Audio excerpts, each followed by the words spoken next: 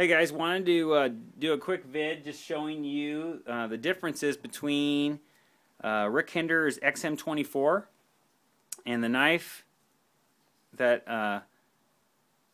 that was modeled after it, the ZT-0561. As you can see, they're comparable in size.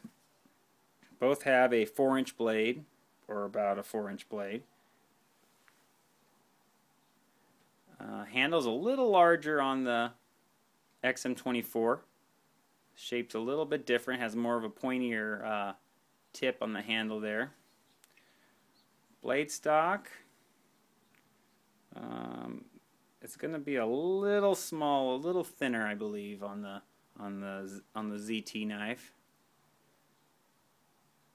And of course, this is more of a slicer grind, so you're not going to get quite as of a robust tip on the ZT. But same flipper design. You can see the handle is going to be a lot thicker on the XM-24, and the weight is quite a bit more too. I don't have the specs on the weight, but I'll tell you right now that this titanium handle has been milled out quite a bit inside this handle, and it's been machined with these 3D machined grooves, which I think is a great look. I love the look of that, which is something that the XM-24 doesn't have.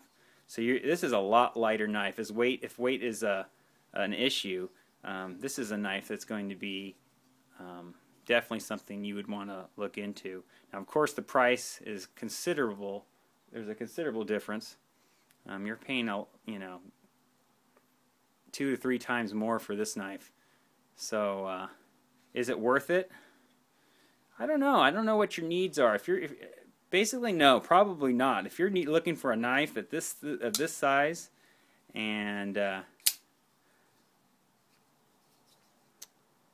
you're looking for a lightweight knife that's just a big knife, I don't think you would definitely need to go this route. This is a hefty knife, and you feel it. It's not overly heavy, but it's definitely, you know there's something more. It's more substantial than the ZT. It's definitely more substantial. It feels a little bit more. It just feels a little more solid. There's no flex. This one you're going to get a little flex. I know people have talked.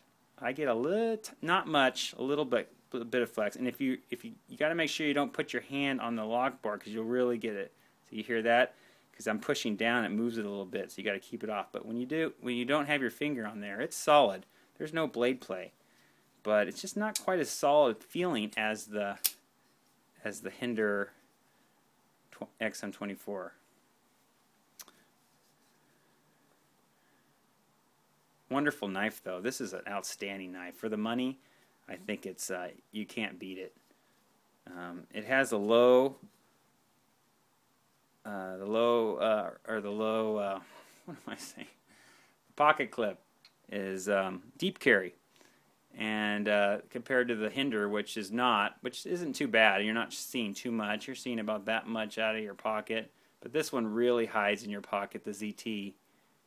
So if that's an issue, the ZT does have a ball bearing system pivot, so that's how you're getting a really smooth opening with this. Very smooth. The XM-24 has Teflon washers, but it feels like it has ball bearing pivots. I mean, this is by far, I think this is a smoother knife opening than this without the ball bearing. I don't know how they do it.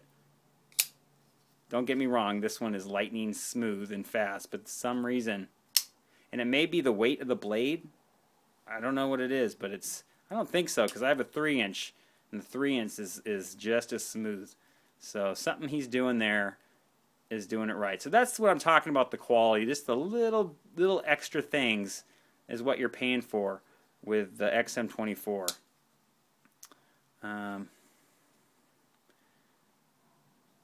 Very similar, though. Very similar. Jimping on the back. You're not getting any jimping on the back side like you do on the 24. I love the 3D machined dimples on the back. I think it's just a beautiful, beautiful looking knife. They both have the Rick Hinderer created lock bar stabilizer.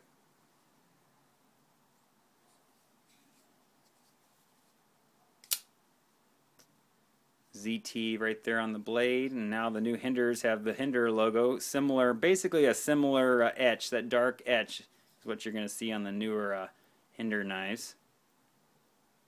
And this one has the LMAX steel compared to this one, which is S35VN.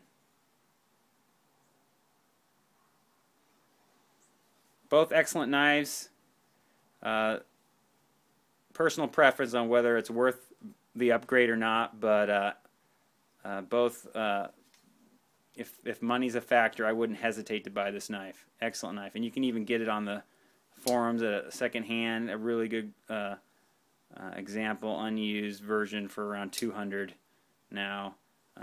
Excellent buy.